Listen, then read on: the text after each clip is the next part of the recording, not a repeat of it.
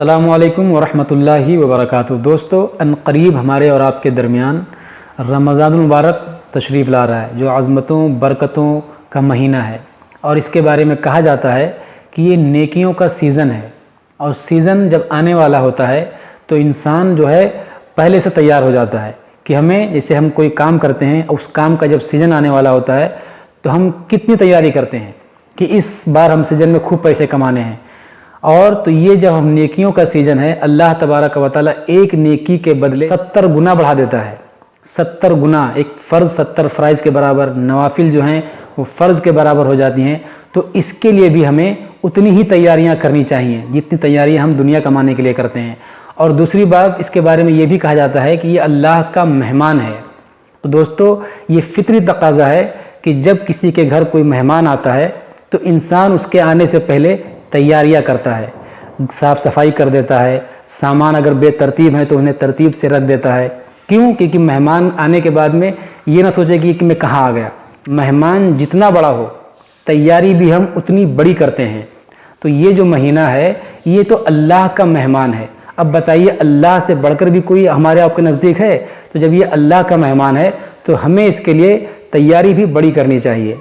अब तैयारी क्या है दोस्तों? सबसे पहले हमें ज़हनी तौर पर तैयार होना है कि हमें इस महीने में खूब इबादत करनी है। और ये कैसे मुमकिन है? जब आप अपने आप को तैयार करेंगे, आप अपना जहन आज ही से अपना जहन बनाएंगे, तब आप उस महीने में भरपूर फ़ायदा उठा पाएंगे। आप देखें कि ये शाबानुल मुअज़्ज़म जो चल रहा है, इस महीने में हमारे और आपके प्यारे आका सल्लल्लाहु तआला अलैहि वसल्लम कसरत से रोज़े रखा करते थे। रोज़ा कसरत से रखा करते थे। क्यों? क्योंकि इसके बाद जो महीना आने वाला है रमज़ानुल मुबारक, उसमें हमें रोज़ा रहना है। तो जब हम अभी से रोज़े रखेंगे तो हमारी एक प्रैक्टिस हो जाएगी। और यकीन मानो दोस्तों, हमारे आका सल्लल्लाहु अलैहि वसल्लम को इन रोज़ों को रखने की कोई ज़रूरत नहीं थी।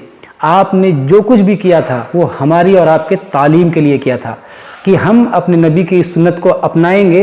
जब इस महीने में कसरत से रोज़े रखेंगे तो जब वो मुबारक महीना हमारे आपके दरमियान आएगा तो रोज़ा रखना हमारे लिए कोई बड़ी बात नहीं होगी, क्योंकि हमारी जो है इस महीने में खूब प्रैक्टिस हो जाएगी। और आज ही से आप जो है नमाज़ों की पाबंदी करें। अगर आप बेनमाजी हैं तो आज ही से आप नमाज़ों की पाबंदी करें। दोस्तों, अगर आप ये सब नहीं करेंगे तो इसका नतीजा आप देखें कि जैसे ही चांद रमज़ान का नज़र आता है, हमारी मस्जिदें खचाखच भर जाती हैं। और खचाखच भरती हैं, जैसे जैसे दिन गुजरते हैं, 2, 3, 4 रमज़ान, फिर सारे नमाजी गायब होने लगते हैं धीरे धीरे धीरे। बिल्कुल उसी तरह कि बर्फ़ की सिल्क की तरह आप रख दें तो जैसे आहिस्ता आहिस्ता आहिस्ता आहिस्ता पिघल के ख़त्म हो जाती है।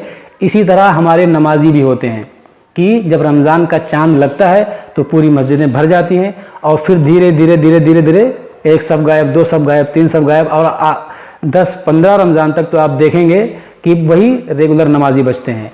तो ये क्यों होता है दोस्तों? ये इसलिए होता है कि आपने उसकी तैयारी नहीं की होती है। आप ज़हनी तौर पर इसके लिए तैयार नहीं होते हैं, इसलिए आपके साथ ऐसा होता है। शुरू में जोश में तो चले आते हैं, लेकिन फिर वही जोश जब आहिस्ता आहिस्ता ख़त्म होने लगता है, फिर वही पुराने हालत पे आ जाते हैं। दोस्तों, मैं गुजारिश करूँगा कि वो मुबारक महीना हमारे और आपके दरमियान आए, उससे पहले आप उसकी भरपूर तैयारी करें। और इसका तैयारी कैसे करेंगे कि अगर आपके अंदर कोई ख़राब आदत है, जैसे आप बेनमाजी हैं, तो आप नमाज़ों को अभी से पढ़ना शुरू करें। अगर आप रोज़ा रखने की आदत नहीं है तो अभी से आप रोज़ा रखें।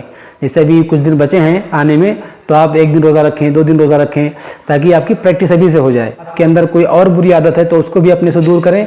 जैसे आप सोशल मीडिया 4 घंटा चलाते थे दिन भर में, तो आप 3 घंटा चलाएँ, 2 घंटा चलाएँ। आहिस्ता आहिस्ता इन चीज़ों से दूर हों और नमाज़ों की तरफ आएँ आहिस्ता आहिस्ता। क्योंकि अगर आप ये नहीं करेंगे तो उस बरकत वाले महीने से आप महरूम हो जाएंगे।